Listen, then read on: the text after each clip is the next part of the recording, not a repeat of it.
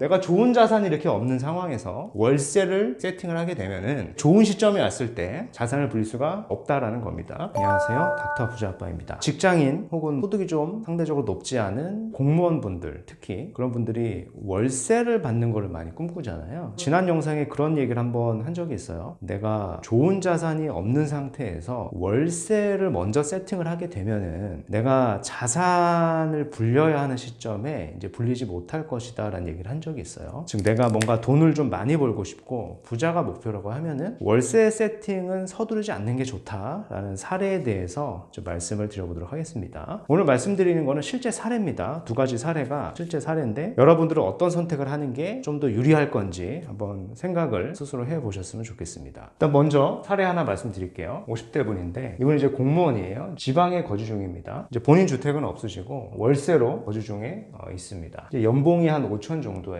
그래서 임대소득이 또 나와요. 임대소득이 5천이나 나옵니다. 굉장히 많이 나오는 거죠. 그래서 이거를 계산을 해보면은 세금 내고도 월 한 400 정도 이렇게 받으시는 것 같아요. 굉장히 뭐 좋은 소득 많이 내고 있는데 이분의 이제 면모를 좀 확인해 보니까 2015년도에 자기 자본 3억으로 지방에다가 다가구 주택을 사신 거예요. 그래서 다가구 주택에서 이 월세가 나오고 있는 거죠. 근데 이분의 목표가 이겁니다. 저한테 의견을 주신 게 10년 내에 자신은 이제 100억을 만드는 게 목표래요. 그래서 현재는 이렇게 세팅이 되어 있는데 향후에 요거를 위해서는 어떻게 해야 되겠느냐라는 질문을 하신 거예요. 그래서 저는 뭐 이거를 좀 매도하라라는 의견을 뭐 결론적으로 드렸었는데 왜 그러냐면은 2015년도경에 이 다가구 주택을 샀는데 거의 10억 가까이 주고 산 겁니다. 그 시점에. 근데 2022년경에 제가 이제 팔라고 했으니까 매도를 하려고 내놨겠죠. 근데 10억에 내놔도 팔리지가 않는 거예요. 2015년경에 10억이었던 게 2022년도에도 역시 10억인 거예요. 그러면 내가 여기서 번 돈이 뭐가 있느냐라고 10억에 팔린다라는 전제를 보더라도 매년 5천만 원의 수익은 벌었으니까 7년 동안 내가 월세 흐름을 만든 거 아닙니까? 그래서 한 3억 5천 정도는 번 거죠. 자기 자본 3억 가지고 3억 5천은 번 거예요. 내가 지금 연봉이 좀 상대적으로 높지 않으니까 뭐 생활비가 부족해가지고 이렇게 월세 세팅을 한 것 자체는 좋은데요. 내가 지금 월세를 살고 있지 않습니까? 자산이 없는 상황에서, 특히 좋은 자산이 없는 상황에서 특히 이런 지방에 다가구 주택을 이렇게 취득을 해버리게 되면은 좋은 자산을 취득해야 하는 그런 시점을 다 놓치게 된다는 거죠. 만약에 내가 2015년으로 만약에 돌아간다라고 하면은 3억의 자본이 있다라고 하면은 이런 선택지를 하시는 분도 있습니다. 이것도 실제 사례예요. 제가 말씀 한번 드려보도록 하겠습니다. 비의 사례인데 2015년경에 반포 레미안 퍼스티지 국평이 매매가가 14억이었고요. 전세가 11억이었습니다. 대비 3억이죠. 왼쪽하고 똑같습니다. 자기 자본이. 근데 재미난 거는 2년이 지나니까 매매가도 오르고요. 전세가도 올랐습니다. 그래서 전세를 만약에 다시 맞췄다라고 하면 내 갭이 3억으로 샀던 게 3억이 다시 돌아오죠. 그래서 한 채가 아니라 이렇게 두 채를 샀던 분도 계세요. 처음에 3억으로 샀다가 2년 지나서 전세금을 올려받아서 같은 단지를 한 채 더 산 케이스입니다. 근데 어떤가요? 2022년 현재 반포 레미안 퍼스티지도 분명히 이제 조정은 받았어요. 막 호가가 39억, 40억까지 가던 게 국평 기준으로 최근에 35억 이렇게 내려갔습니다. 내려간 가격 기준으로 한번 보죠. 35억이니까 이렇게 두 채가 세팅이 되신 분 같은 경우에 이미 자산이 70억입니다. 근데 이분이 이제 이런 의사결정을 했다라고 해요. 제가 확인을 해보니까 2017년 파리대책 이전에 취득을 했으니까 거주 요건이 없죠. 근데 종부세가 두 채니까 많이 나오니까 한 채는 매도를 해서 자기 자본 약 10억 가지고요. 법인을 설립을 해가지고 서울 성수동에 건물을 하나 샀습니다. 그 시점에 50억짜리 샀죠. 50억짜리 살 수 있는 이유가 대출이 80%가량 나오기 때문에 50억짜리도 살 수가 있는 거예요. 근데 얘를 약간 리모델링 하셨어요. 추가 비용은 약간 들어가긴 하셨는데 얘 현재 주변의 시세가 비슷한 사이즈가 한 100억이 넘어가고 있습니다.